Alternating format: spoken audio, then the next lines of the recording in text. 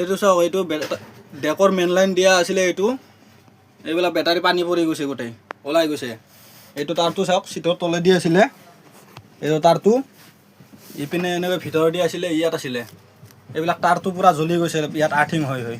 ঠিক আছে, এইটো চাওক বেটাৰী পানী, এইবিলাক পূৰা বেটাৰী ভিজি গৈছে, দুটাই বেটাৰীয়ে পানী উল্টা মাৰি আৰ্থিঙত। তো যদি বেটাৰী গৈছে এতিয়া কি কৰিব? এইটো স্পীকাৰ ইয়াতে চিটৰ তলত ফিটিং আছিলে, এইটো খুলি খালি গোটেই লৈ গৈছে ভাঙি চিঙি। ঠিক আছে, এইটো চাওক একো নাই, স্পীকাৰত একো নাই।